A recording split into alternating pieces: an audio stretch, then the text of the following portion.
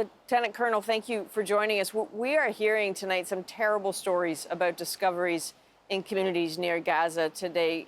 Can you help us understand what the IDF found in Kfar Aza? Yes, thanks for having me. The atrocities are becoming ever more apparent.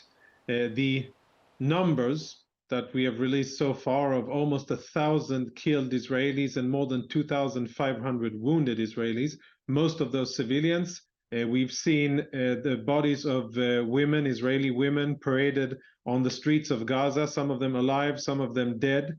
Manhandled with blood, bloodied pants and dresses, and one can only assume what these monsters from Gaza have done to our civilians, our men and women.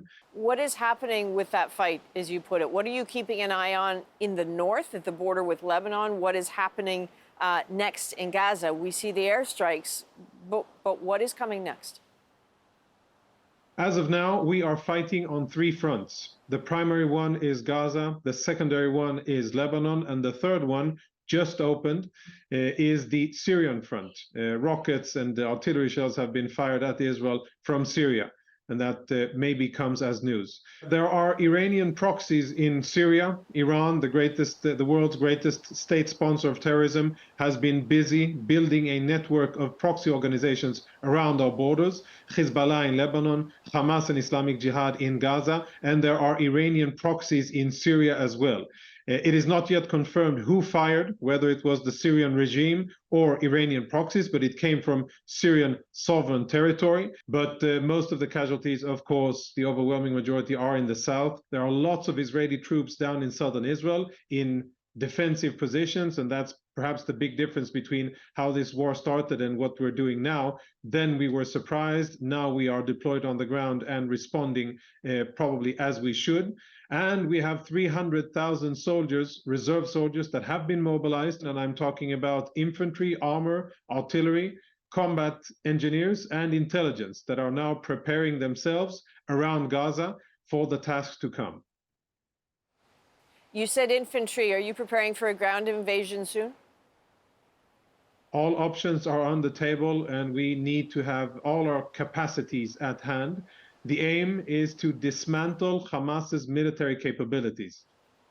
You mentioned the word surprise in reference to what happened on Saturday. We spoke tonight with a woman who survived the massacre at that music festival. She was on the run for hours.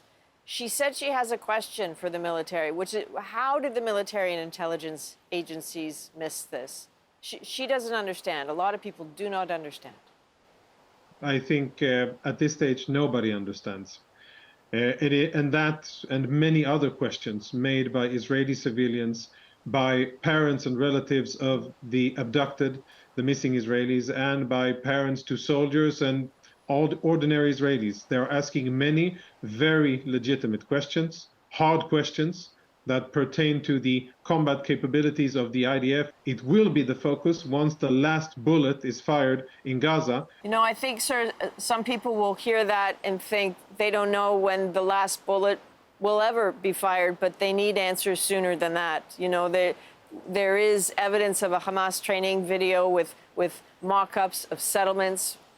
Did the IDF not see that? Was it not worried about it? There's a difference between seeing what your enemy is doing and understanding his intentions, and then matching those intentions and capabilities with your actions. But I won't go into further details about this. This will be investigated. Right now, they want answers about the hostages. Is there any information you can tell us about them, about efforts to free them, about how many they are, where they are? They are underground, held by Hamas and the Islamic Jihad. We are talking about women, children, infants, toddlers, disabled people, Holocaust survivors that have been dragged off into Gaza and are now held by Gaza underground in Hamas's network of tunnels that they have built underneath the Gaza Strip. Will the presence of the hostages change what you do in Gaza now? I'm not going to comment about that. Okay, understood. Lieutenant Colonel, thank you for talking with us. We appreciate the time. Thank you.